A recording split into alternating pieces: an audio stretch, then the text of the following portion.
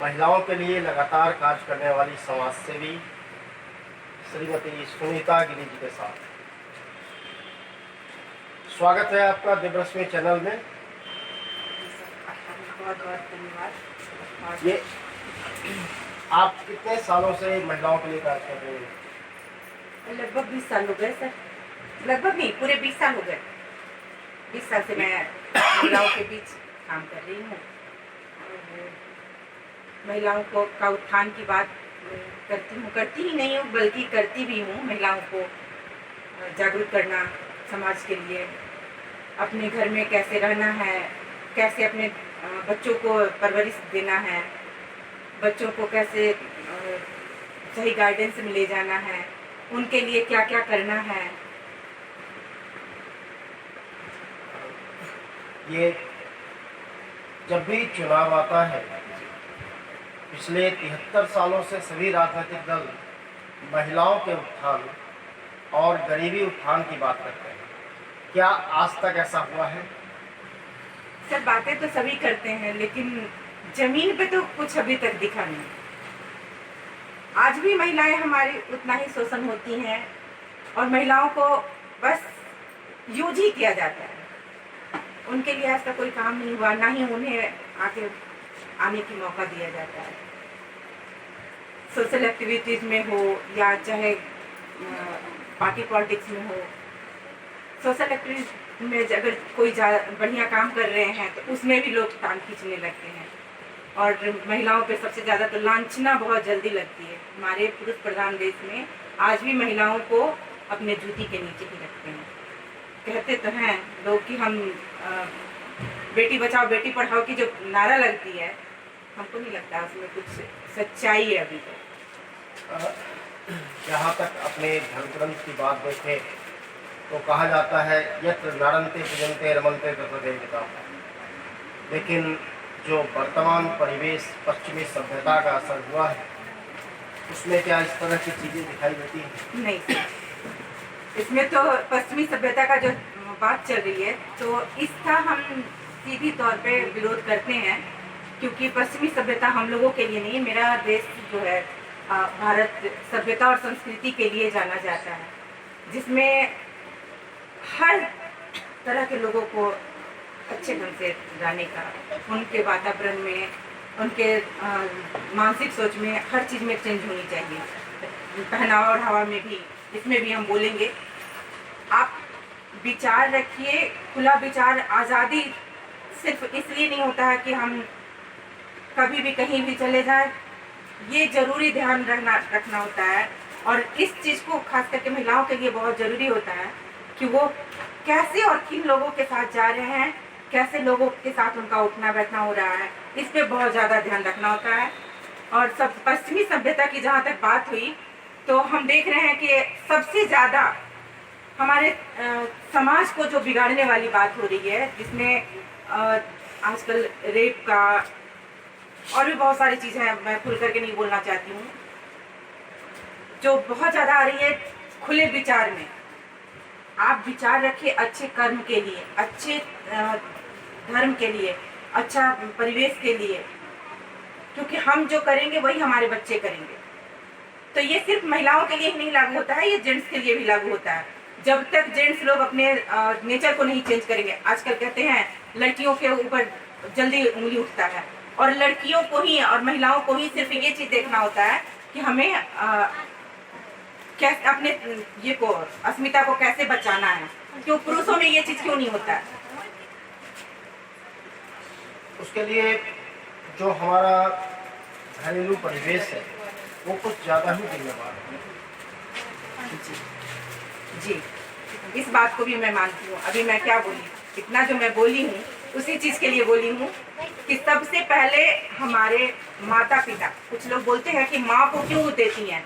अगर माँ स्ट्रिक्ट हो जाए, आज हमारे भी बच्चे हैं, अगर किसी पर इस लड़की के तरफ, मतलब दूसरी लड़कियों की तरफ, या मेरा हस्बैंड ही क्यों ना हो, किसी दूसरी महिला की तरफ आँख उठा करके देख ले और मेरे कानों तक चली जाए ये बात, आँख उठा कर देखने की तो बात छोड़ दीजिए, अगर कटाक्ष भी कोई करता है तो मैं खड़ी हो जाती हूँ, वो मेरा भाई ही क्यों ना हो, मैं तुरंत खड़ी हो जाती हूँ कि तुमने ऐसा बोला क्यों। अगर तुम्हारी बहन को इस तरह से कोई बोले तो तुमको कैसा लगे? इसके लिए जहाँ तक हमारा मानना है, हम लोग अपने संस्कारों को भूल गए।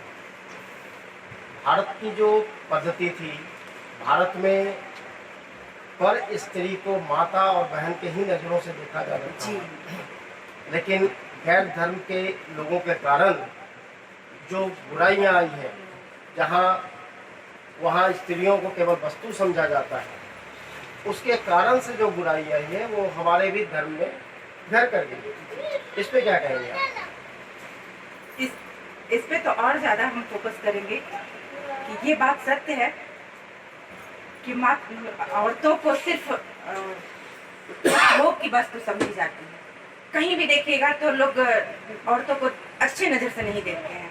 ये बात फैक्ट है, क्योंकि पश्चिमी सभ्यता की जो बात की है या दूसरे धर्म की बात की है, तो उन लोगों में यही चीज़ होती है कि महिलाएं बाहर नहीं निकले। अभी हम आपको कहेंगे 3 तलाक की बात। 3 तलाक में लोग ऐसे बोलते थे 3 तलाक 3 तलाक 3 तलाक, वो तलाक हो गया। लेकिन मोदी जी ने एक बढ़िया काम किया। नहीं, लेकिन आप उन लोगों के धर्म ग्रंथों को देखिए, कुरान में स्पष्ट तौर पे लिखता है कि महिलाएं वस्तु है, उसको जब चाहे जैसे चाहे इस्तेमाल करें। नहीं, हम तो इस चीज़ को नहीं मानते हैं और हम इसका हम खंडन भी करते हैं। अगर ऐसा है तो हमारे साथ भी महिलाएं हैं। मैं गई हूँ, मुस्लिम समाज की महिलाओं के पास गई हूँ। वो लोग रियल में बहुत त्रास्त हैं त्रास्त। उनके घर की महिलाओं को हमने देखा है कि किस तरह से वो लोग अपने घर में शुरू से उन लोगों को ये परवरिश, अभी आप सही बोले हैं कि उनके कुरान में ही ये चीज़ लिखा हुआ है। अब कुरान तो मैं पढ़ी नहीं हूँ, उसके बारे में मैं बहुत ज़्यादा नहीं जानती हूँ, लेकिन ये चीज़ हमने रियलाइज़ किया है कि वो लोग भी आज़ादी चाहती हैं कि मुझे आज़ादी मिले, जैसे सब लोगों को मिलता है उस तरह से मुझे भी आज़ादी मिले, ताकि मैं भी खुलकर अपनी ज़िंदगी जी सकूं। सनातन धर्म में स्त्रियों की पूजा होती है। सनातन धर्म को छोड़ दीजिए तो किसी भी धर्म में स्त्रियों की पूजा नहीं होती है। तो यहाँ पे जैसे आप अपने धर्म में देखिए, तो जहाँ हम लोग स्त्रियों को देवी मानते हैं, उनको पूजते हैं, ऐसा संस्कार बच्चों को दिया जाता है। तो इसलिए यहाँ किसी को छुपाने की आवश्यकता नहीं है। लेकिन जब कहा जाएगा कि ये वस्तु है, उसको जैसे चाहे इस्तेमाल करो, तो उसको छुपाना पड़ता है। इसलिए उन लोगों में छुपाने की परंपरा है। एक्चुअली इस मैटर पर हम ये कहें कि उन लोगों को हमेशा ये डर रहता है, क्योंकि वो लोग का सोच यही रहता है, इस वजह से वो ये सोच करके बुर्का में रखते हैं ताकि लोग दूसरे की नजर ना पड़े। तो बात वही है ना, संस्कार यदि दिया जाए कि हमारे घर जितने भी महिलाएं हैं वो हमारी माँ और बहनें हैं, तो फिर उसकी जरूरत नहीं पड़ेगी। ये बात फैक्ट है। अभी तो लेकिन मेरे घर के कोई नहीं देखे। अभी तो फैक्ट ये है सर कि सच्चाई इस बात में कि अगर हम सबको लेकर के चले, सबकी बातें मैं करती हूँ, किसी एक ये करें धर्म का नहीं, सबकी मैं बातें करती हूँ, तो मैं यही दूंगी लोगों को संदेश कि आप सिर्फ महिलाओं को वस्तु ना समझें। कंधे से कंधे मिलाकर महिलाएं चल रही हैं। ठीक है, वो किस तरह के कपड़ा पहनी हुई है, कैसे पहनी हुई है, क्या पहनी हुई है, हम अपना नजर चेंज नहीं कर सकते हैं क्या? नजर तो हम चेंज कर सकते हैं। हम महिलाओं को तो ऐसा कुछ भी नहीं फील होता है। वैसे ये करते हैं हम लोग भी, कभी देखते हैं जेंट्स लोग को, तो हम लोग को कोई फीलिंग नहीं होती है, मगर जेंट्स लोग को ऐसा फीलिंग क्यों होता है कि वो आधा कपड़ा क्यों पहनी हुई है, उस तरह का कपड़ा क्यों पहनी हुई है? शिक्षा और संस्कार यहाँ नहीं है, इसकी बहुत बड़ी कमी है।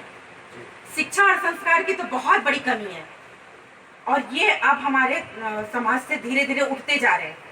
हमारे हिंदू संगठन इतने बन चुके हैं, लेकिन संस्कार की बात कोई नहीं करता। आज देख लीजिए ना, संगठन की बात करेंगे, हिंदुत्व की बात करेंगे, तो एक दूसरे में ही लोग ये किए हुए हैं, और सबसे ज्यादा की महिलाओं पे प्रहार करते हैं, उनकी चरित्र पे प्रहार करते हैं। लेकिन उनको ये नहीं पता होता कि चरित्र उनका सबसे बड़ा ताकत है, वो कमजोरी नहीं है। जो महिलाएं इस चीज को नहीं समझ पा रही हैं और वो चुप हो जाती हैं, वो बहुत बड़ी गलती करती हैं, जो दूसरे को इस चीज के लिए बढ़ावा मिल रहा है। नहीं, भारत की महिलाएं भूल गई हैं कि ये महारानी लक्ष्मीबाई और दुर्गावती का देश है। जी जी, ये बात एकदम फैक्ट बोले हैं कि महिलाएं ये भूल चुकी है कि यहाँ हमारी झांसी की रानी लक्ष्मीबाई भी थी, जो अकेले लड़ी और दुर्गावती जिसने खूब लड़ी न मर्दानी, वो तो झांसी वाली रानी थी। आज भी याद आता है, ये उदाहरण दिया जाता है, लोग ये चीज को ये करते हैं। आज हम भी कहते हैं कि हर बेटी, हम भी अपनी बेटी को यही बात बोलते हैं, कोई भी आंख उठा करके देखे, आंखें फोड़ दो उसका। सही बात है, जब तक हम प्रतिकार नहीं करेंगे समाज हमको जीने नहीं देगा। एकदम सही बात है, जब तक हम प्रतिकार नहीं करेंगे तब तक समाज हमको जीने नहीं देगा। अगर हमें कोई कुछ बोल करके चला गया, कोई कुछ कह रहा है और हम चुपचाप सुन करके, क्योंकि अक्सर लोग इस बात कहते हैं चुप रहने में क्या दिक्कत था, चुप हो जाते तो क्या दिक्कत था। अरे चुप हो जाते तो फिर आगे उसको बढ़ावा मिलता। और यही चीज हम सबको बोलते हैं। हमने अपनी महिलाओं को, जितनी भी महिलाओं को हमने शिक्षा दिया है, वो सारी महिलाओं को जो घर से, जिनको बोलने नहीं आता था, अभी आप बोले ना मुस्लिम समुदाय के लोग को हमने घर से निकाला उन्हें, और आज वो अपने हक की लड़ाई लड़ती हैं और हक अपने लिए वो जीना सीख गई हैं। अब वो अपने बच्चे को भी वही चीज देती हैं, जो हमारे साथ मौजूद भी है अभी यहाँ पे। ये उदाहरण में हम हैं। अभी बिहार में कोरोना का काल चल रहा है, लोग दहशत में जी रहे हैं।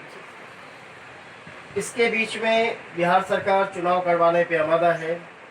क्या लगता है, चुनाव होना चाहिए या नहीं? नहीं होना चाहिए, नहीं होना चाहिए, क्योंकि एक तो लोग जान बचाने के लिए घर से निकल नहीं पा रहे हैं। दूसरी चीज ये कि लोगों को बहुत ज़्यादा दिक्कतें हो रही है कोरोना की वजह से। और कोरोना ऐसा महामारी है जिसमें आप इसका कोई इलाज नहीं है, अभी तक तो फिलहाल नहीं आई है। रोज एक नया गाइडलाइन जारी कर देते हैं WHO, लेकिन कब क्या बोल देंगे ये कोई नहीं जानता है।